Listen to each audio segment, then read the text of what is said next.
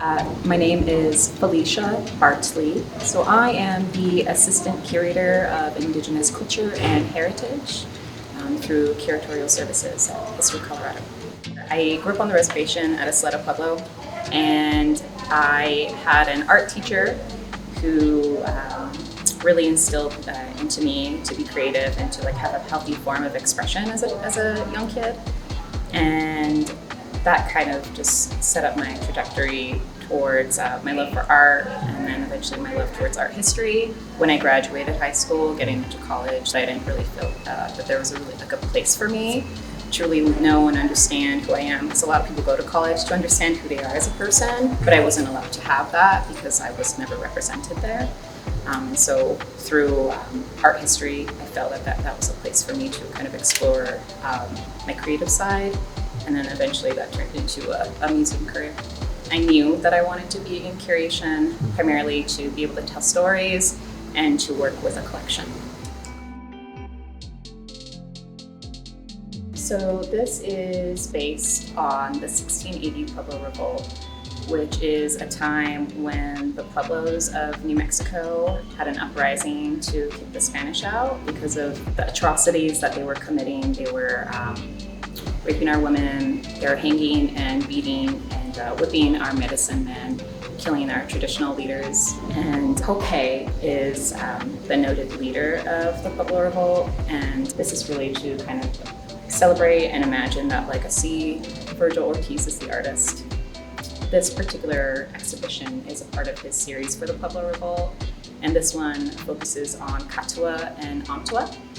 And Katua and Ontua were the two Pueblo folks who were running with these corded pieces, and they were distributed to all the Pueblos.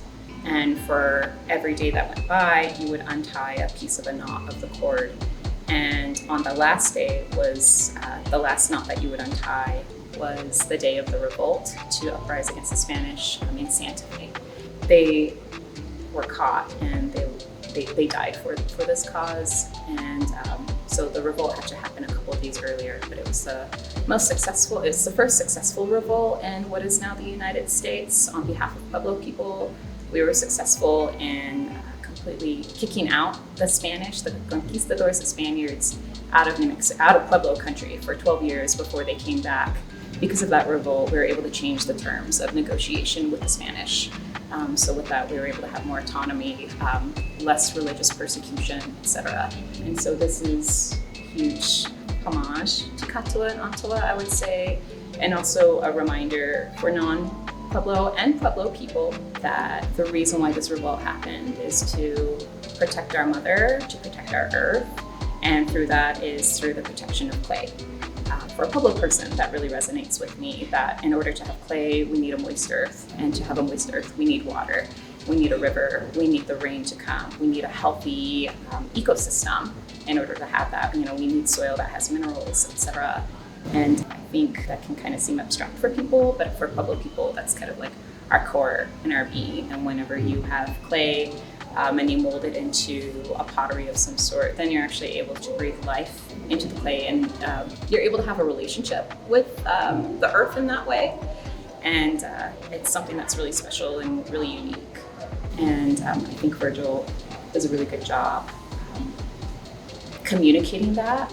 Something that I've seen History Colorado starting to do is treating artists as historians. And I would hope that that's something that people take away when they come to an exhibition such as the Virgil Ortiz 1680, 2180. Native North American history has been largely interpreted and written and told by non-Native folks, non-Native scholars. And so I think a shift that has happened and continues to happen is that we're now enabled to speak for ourselves and to interpret our own histories and what significant events mean, and to also pull out events that maybe weren't significant to the broader United States or broader Mexico or the broader Spain. And we're actually able to start telling those stories in a way that feels genuine to who we are. For example, the Pueblo Revolt series that's here for the exhibit, that somebody like Virgil is able to give that interpretation and actually to be treated as somebody who knows what he's talking about, and it's not just being treated as hearsay.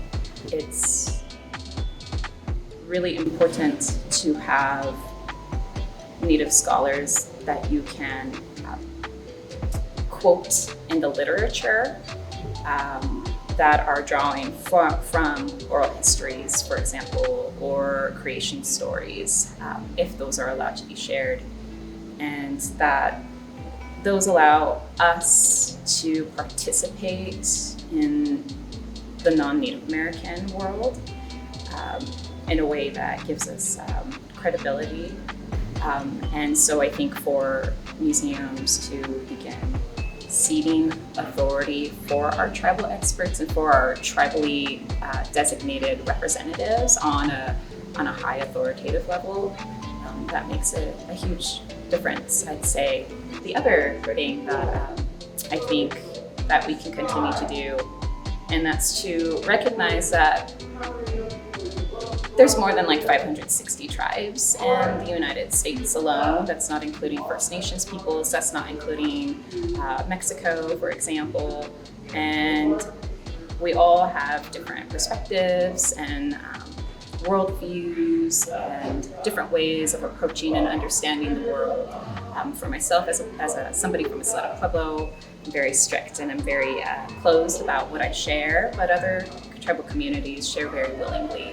And I think it's important for like the historical field, museums, etc., the GLAM field, galleries, libraries, archives, and museums, to recognize that we need to have a diversity of Native perspectives and that there is not one cultural monolith, that there is not one Native person who speaks on behalf of all Native people. But there are, in fact, over 560 tribes. 560 perspectives is a lot, and everybody should be recognized for who they are. I think History Colorado is learning how to listen and understand tribal perspectives and work with communities. It's kind of unique to be in a large museum like this and to have 3 exhibitions on Native people and coming up 4 exhibitions on Native people. All at the same time. I think that's pretty incredible, to be honest, because you have Cheyenne and Arapaho perspectives, you have Ute perspectives, you have Cochiti Pueblo, and then pretty soon somebody from Standing Rock. And so that's 4 different perspectives that you're gaining in one visit at a museum from Native peoples, and that's pretty unique. So it's makes me a little bit happy to be here and to kind of further that on.